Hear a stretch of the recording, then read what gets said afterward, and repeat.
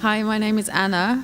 I want to ask, what happens to non-Muslims who have never been exposed to Islam? And what if a non-Muslim says that the miracles of Jesus are bigger than the ones that Muhammad performed? Sisters asked two questions basically. What a non-Muslim who says, who has never been exposed to Islam, what happens to them? And secondly, if a non-Muslim comes and says that the miracles of Isa alayhi salam are greater, what happens to them? Point number one, if a non-Muslim comes and tells me that they have not been exposed to Islam, today in this world of science and technology it's difficult. Maybe if you asked this question 50 years back, it was possible. Today, in this age of science and technology, especially the media bombarding misconception about Islam, you are exposed to Islam, maybe the wrong Islam, maybe pseudo-Islam, that Muslims are terrorists, Muslims are fundamentalists, Islam is a religion of killing, it degrades the woman, it subjugates the woman. They may be exposed to Islam, but wrong Islam. Now what happens to a non-Muslim who's not exposed to the right teachings of Islam? I feel if a non-Muslim hears something in the media, or any human being hears something in the media, he should not take it for granted. The Quran says in Surah Hujurat, chapter 49, verse number 6, whenever you get information, check it up before you pass it on to the third person. Whenever you get information, it is important that the person checks up whether the information is right or wrong. As far as the message of Islam is concerned, what if a non-Muslim may be living in an island, maybe living in Timbuktu, or living somewhere where he doesn't have any knowledge of Islam? First, it's the duty of every Muslim to convey the message to non-Muslim, irrespective whether we convey or not. Allah says in the Quran in Surah Fusilat, chapter number 41, verse number 53, Allah says, سَنُورِيهِمْ آيَاتِنَا فِي الْآفَاقِ وَفِي أَنفُسِهِمْ حَتَّى يَتَبَيَّنَ أَنَّهُ الْحَقُّ. That soon we shall show them our signs in the furthest regions of the horizons until it is clear to them that this is the truth. Allah says that He will show the signs to every human being before the human being dies. He will show His signs in the furthest regions of the horizons until it is clear to them that this is the truth. So Allah takes it up upon Himself that He will convey this message to each and every human being, whether he's born in a Muslim family or non-Muslim family, whether he's born in a Muslim land or non-Muslim land. Allah will give this message to every human being. That's the reason there were some surveys done in 1950 in two tribes. Now these two tribes, the Kapauku tribe and the Australian Aborigines, these two tribes did not come in contact with modern civilization till as late as 1950. When the researchers went and tried to find out what was their way of life, these people, they believed that God was one. They believed He alone should be worshipped. They believed He did not beget anyone. They did the sajda, they did prostration for worshipping that God. It was everything of Islam but in name. So when no external influence comes on a human being, that person submits his will to God. That's the reason our beloved Prophet Muhammad said, every child is born in Deen al-Fitr. Every child is born in the innate religion. He is born as a Muslim. Our beloved Prophet Muhammad said, every child is born as a Muslim. Muslim means a person who submits his will to God. Later on, that person may be influenced by his parents, by his teachers, by his elders. He may start doing fire worship. He may start doing idol worship. And then may deviate on the wrong track. That's the reason when a non-Muslim accepts Islam, the more appropriate word is revert. He was a Muslim, born as a Muslim. He gets converted to a wrong religion, comes back to the original faith, that is Islam. So the right word is revert. So coming to your question, every child, if any child, if you take three children, one born to a Christian, one born to a Jew, one born to a Hindu, isolate these three children completely from any external influence. And when they grow up and you try and find out what is their way of life, it will be nothing but Islam. Only after external influence, they start deviating and worshipping wrong things and having wrong ideas. This is scientifically proven. Furthermore, sister, where your second question is concerned, that what if someone doesn't know Islam and thinks that Jesus Christ did miracles? I do agree Jesus Christ did miracles. But, sister, miracle is not the test.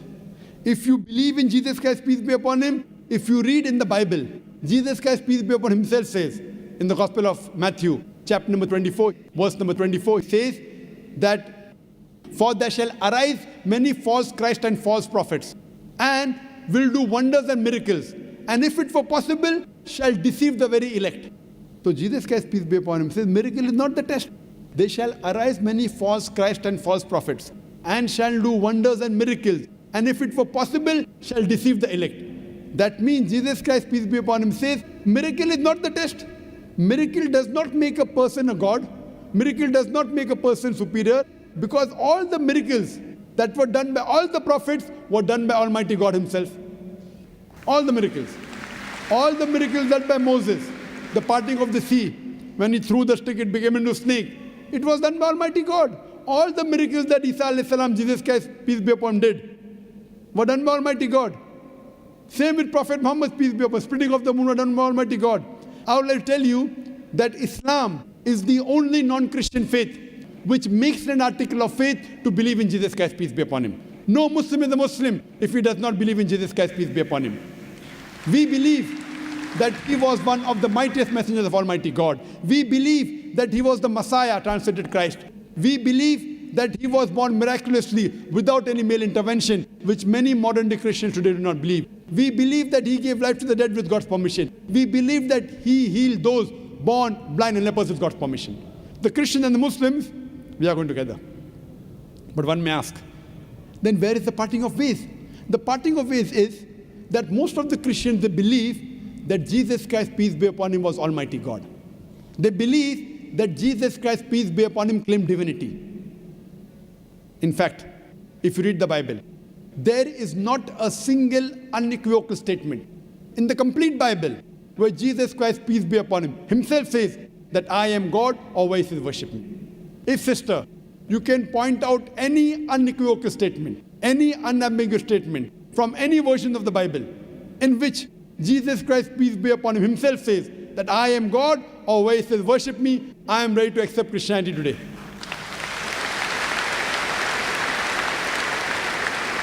In fact, if you read the Bible, Jesus Christ, peace be upon him, said, it's mentioned in the Gospel of John, chapter number 14, verse number 28, Jesus Christ, peace be upon him, said, my Father is greater than I. Gospel of John, chapter number 10, verse number 29, my Father is greater than all. Gospel of Matthew, chapter number 12, verse number 28, I cast out devil with the Spirit of God. Gospel of Luke, chapter number 11, verse number 20, I with the finger of God cast out devil. Gospel of John, chapter number 5, verse number 30, I can of my own self do nothing. As I hear, I judge, and my judgment is just. For I seek not my will, but the will of Almighty God. Anyone who says, I seek not my will, but the will of Almighty God, he's a Muslim. Jesus Christ, peace be upon him, is a Muslim. He never claimed divinity. He never said that he was Almighty God. He clearly mentioned, it's mentioned in the Gospel of John, chapter number 14, verse number 24. He said that the words that you hear are not mine, but my Father's who has sent me. It's mentioned in the Gospel of John, chapter number 17, verse number 3. This is life eternal, so that you may know there is one God and Jesus Christ who thou hast sent. It clearly mentioned that Jesus Christ was a messenger. It's mentioned in the Gospel of Matthew, chapter 19, verse number 16 to 18, that a person approaches Jesus Christ, peace be upon him, and asks him, that good master, what good things should I do so that I shall enter eternal life? So Jesus Christ, peace be upon him, says, why thou callest me good? Leave aside God, G-O-D. Why thou callest me good, G-O-D? For there is only one good, and that is the Father in heaven. And if thou want to enter eternal life, you keep the commandments. Jesus Christ didn't say that if you want to enter eternal life, if you want to go to paradise, believe I am God. He didn't say that you believe that I died on the cross for your sins. What he said, if you want to enter eternal life, if you want to enter paradise, you keep the commandments. And it's clearly mentioned in the book of Acts, chapter number 2, verse number 22, that ye men of Israel, listen to this. Jesus of Nazareth, a man approved of God amongst you by wonders and miracles which God did by him, and you are witness to it. What does it say? Jesus of Nazareth, a man approved of God amongst you by wonders and miracles and signs which God did by him, and you are witness to it. Regarding a question of miracles, what does the Bible say? Book of Acts, chapter number 2, verse number 22. A man approved of God amongst you by wonders and miracles and signs which God did by him, and you witnessed to it. So all the credit goes to Almighty God. And Jesus Christ was a man. All the miracles were done through Almighty God.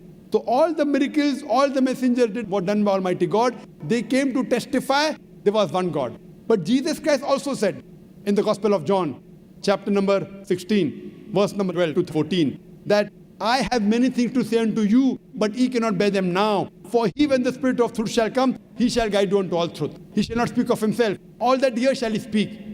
He shall glorify me. Now this prophecy is prophesizing no one but the last and final messenger, Prophet Muhammad, peace be upon him. So if you're a true Christian, and if you believe in Jesus Christ, peace be upon him, Jesus Christ, peace be upon him, said, I have many things to say unto you, but ye cannot bear them now. For he, when the Spirit of truth shall come, he shall guide you unto all truth. He shall not speak of himself. All that here shall he speak. He shall glorify me. This prophecy is prophesizing no one but the last and final messenger, Prophet Muhammad, peace be upon him. So if you're a true Christian, you should believe in the last and final messenger, Prophet Muhammad, peace be upon him. Hope that answers the question, sister.